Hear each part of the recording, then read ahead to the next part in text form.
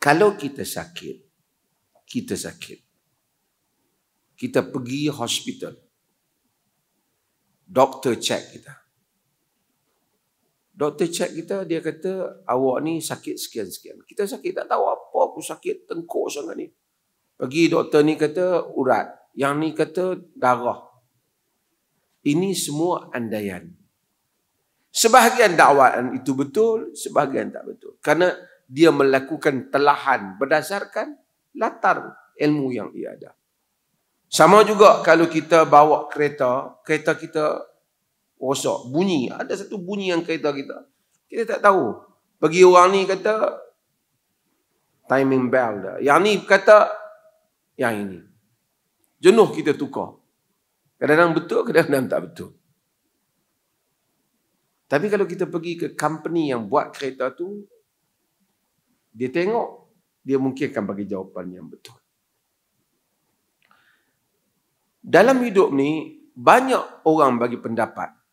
Apa yang menyebabkan kita itu dan ini?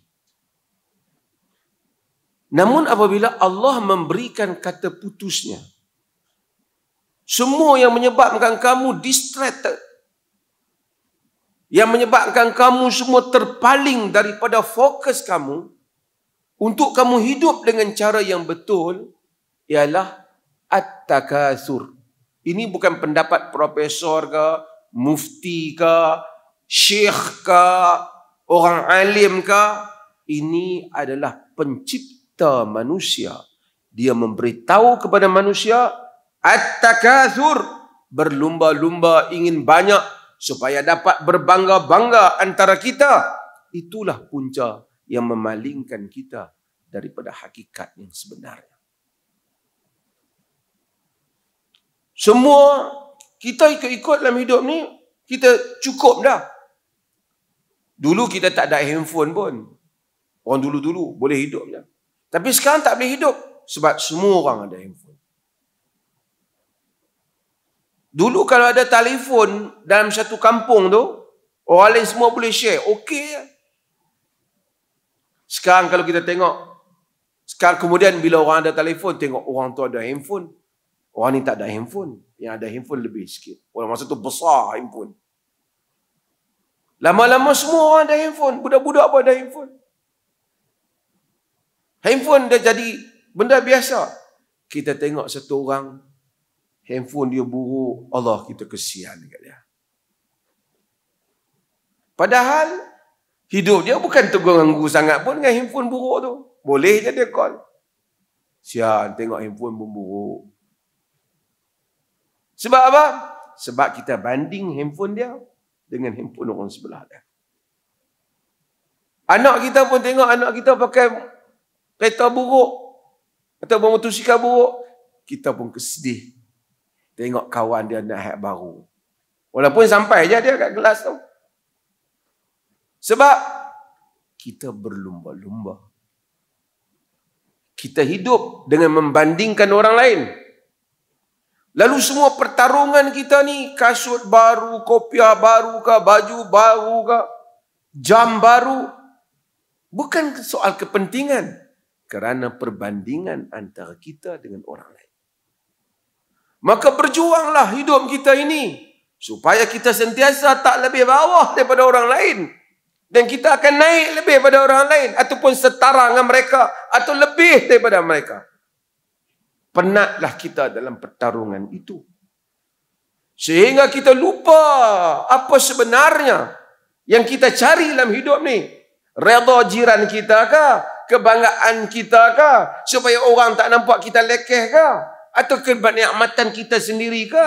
Atau sekadar untuk kita boleh hidup bagi menyambung perjalanan menuju akhirat? Kita semua lupa. Saya lupa. Tuan-tuan juga mungkin lupa. Dan manusia semua lupa. Alhaakumut takatsur.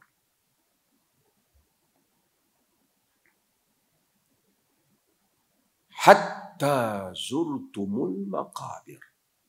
Sehinggalah kamu melawat ke kubur. Allah kata, A'lamu annamal hayatud dunya la'ibun wa lahwun wa zinatun wa tafakhurun bainakum wa takathurun fil amwali wal aulad.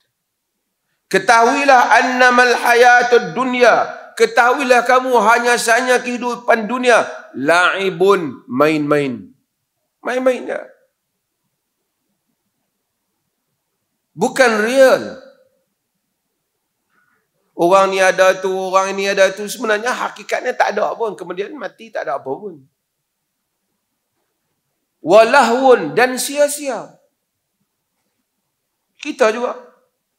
Orang yang ada 100 juta ke, orang ada 100 ringgit ke, satgi dia buka puasa, satgi kita makan tengah hari ke, makan malam ke, tak boleh makan juga. Orang yang ada 100 juta boleh makan 100 pinggan. Sedap akhirnya duduk di lidah. Dan apa yang dia berjuangkan, akhirnya orang pejuang untuk dapat nama.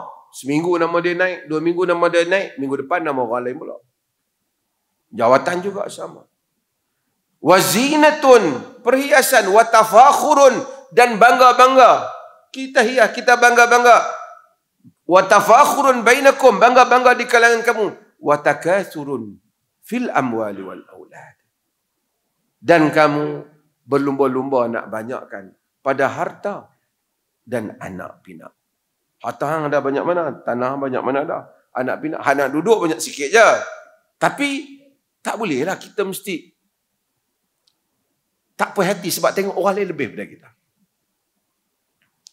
Nabi SAW dalam hadis yang diriwayatkan oleh Imam Bukhari dan Muslim. Dalam lafaz Muslim Nabi kata, yaqulul abd, satu orang hamba kata.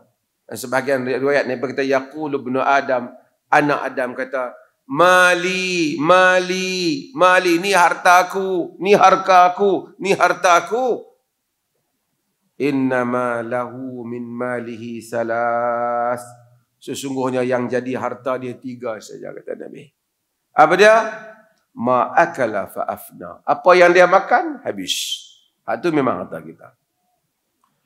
Wa ma labisa fa abla. Apa yang kita pakai, hak ni hak kita. Dia buruklah lama-lama. Wa ma a'ta faqtana. Dan apa yang dia bagi, yang tu disimpan di sisi Allah. Hak kita makan, confirm. Hak kita pakai, dah guna.